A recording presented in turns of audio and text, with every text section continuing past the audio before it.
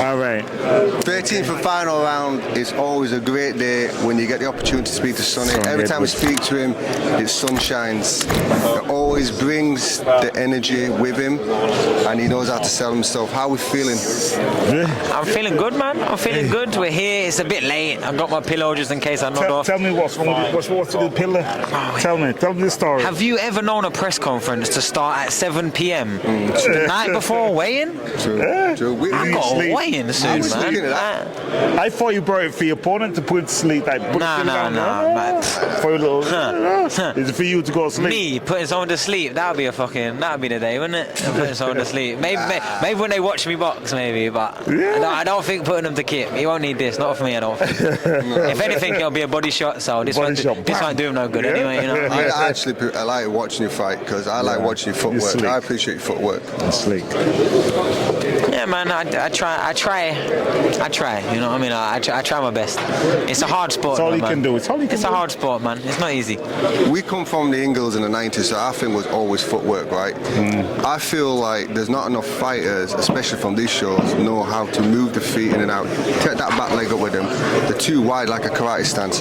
Where's it come from you? What influenced you? I'll be real. I've always had good footwork from the amateurs. I was kind of scared of getting hit, so I just used to run away. And then as I got older, I just started thinking, I'm winning quite a lot doing this. And then I didn't really mind getting hit as much, but I still sort of stuck to that style. And then when I came with Grant, you know, their gym, the Still City gym, all of the Sheffield gyms, I would argue, have been heavily influenced by some parts of the Ingle gym. And one thing that Grant definitely put into the Still City gym was the footwork, the foot drills. And the first thing I did for weeks when I, you know, bear in mind I've been boxing 10 years at this time.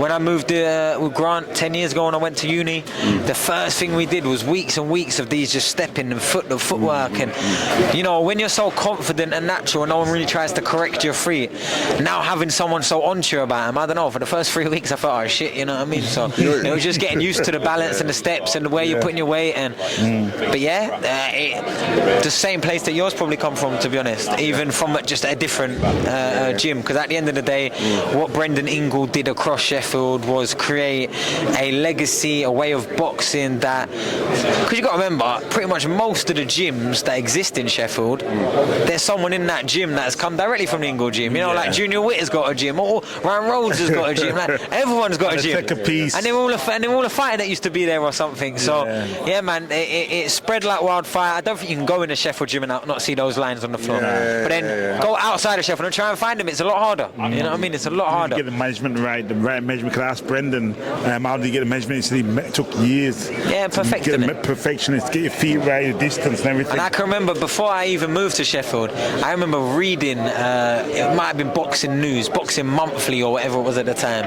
There was a story about the footwork and Brendan Ingle, and there was a whole story, and you could see just, I can remember the picture now vividly, and it was just the pictures of the walk before I'd even seen it or come to Sheffield. So it was like a system I bought into before I even knew about it. If that made sense. Before I even knew about it. It was amazing in the 90s when Nazareth. And look, I've never stepped foot in the Ingle gym, and I would comfortably say it's influenced my style. I would comfortably say that. And I've never stepped foot in there. I don't know if I'd be welcome or not, but you know what I mean. So, you know, when I first stepped into the Ingles gym, Brendan put me in a trial bout and says, "Okay, you can fight.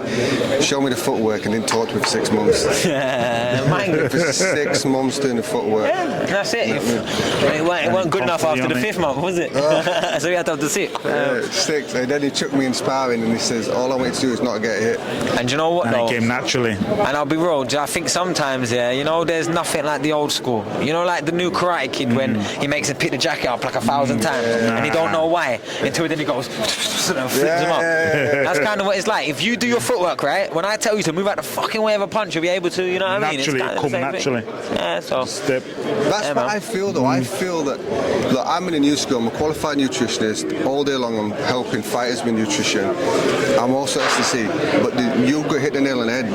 That is, the new school is supposed to be added to the old school. It's not just one or the other. But I think what happens in this day and age, I think there's too many people that go through university, start putting letters around before, after, during, the middle of the name, and then all of a sudden they have to not only convince you that they're the best, they have to convince you that you have to change your training to cater to this, and they have to prove their worth worth to you. They have to put enough things in, obstacles for you to climb over, throw, jump over in all these little sessions, so you feel comfortable paying them the money that they're asking for. That's right. So it's like, it's not always just a balance of what is the best for the boxer. It's, you know, oh no, come and do your 100 meter sprints at 6:30 in the morning before sparring later. Nah, man, I'll just do the 12 rounds. So you know what? I'm never gonna do sprints before I fight 12 rounds. So if I spar, I'm not training before. You're right. It's not supposed to take away from what you're supposed to do on fight night. So the fighters I deal with, I go and watch them train, and then I talk to the trainers and I say to them, okay, put his heart on. Let's see how many calories he's burning from the boxing. All right, you can't do more than this. This is all he can do with S&C. This is all he can do with nutrition, because otherwise we'll be training. I don't know. Sometimes people train their body, but if you're not training your body in a way that incorporates your mind in real time of what you're going to be doing, you can be the fastest on 100 meters. Makes no difference. You know what I mean? You could run 100,000 meters faster than anyone. I still think I'd punch up Mo Farah. You know what I mean? That's right. He's never probably been in a boxing ring. You know what I mean? Doesn't matter how fit he is. I would definitely say he's fitter than me. Yeah, because boxing is sports specific. Totally different. Sport specific. And ultimately, you might have all the ability in the gym, and then get into the 9th rounds where, let's be honest, the fight at your level, the fight's not really starting to do in the 9th round. The later rounds. 1 and 2 either skin relationship in it. I don't know. I wish it felt like that inside the ring. You know what I mean? Depends, innit? You start really looking at the end of the 8th, 9th round. Do you know what's mad? Yeah, this is a story. Yeah, and he told me about 100 times, and now I've grown into the storyteller. Does that make sense? And it's what's the word? It's relevant because of the context. So Rob McCracken, who's going to be in my opponent's corner on GB, always used to tell me this story. He goes, you know, when the pros are getting, I know this was after I left GB when I see him. You know, when the fights are getting harder, when you stop looking at the ring card girls and you start looking at the number that they're holding, and that's really what it is now. You get to round 9, you're like, 10. What round is it? I swear down. 3 more minutes. It's true. The championship rounds, right? Yeah, 12 rounds, man. That's where all the training, the sparring, the hard preparation, that's where all benefits. And it's where, you know, you get found lacking or wanting in them moments, it's over. That's right. Listen, we just appreciate Sonny stepping by on Fight Week. We're going to leave him alone. We're going to wish you luck. We're praying for you. Definitely. Go out Appreciate there and it, have man. the best performance of your life. All right. Go on the boys. Thank you. Final round, hit the button, man. Subscribe down here or up there.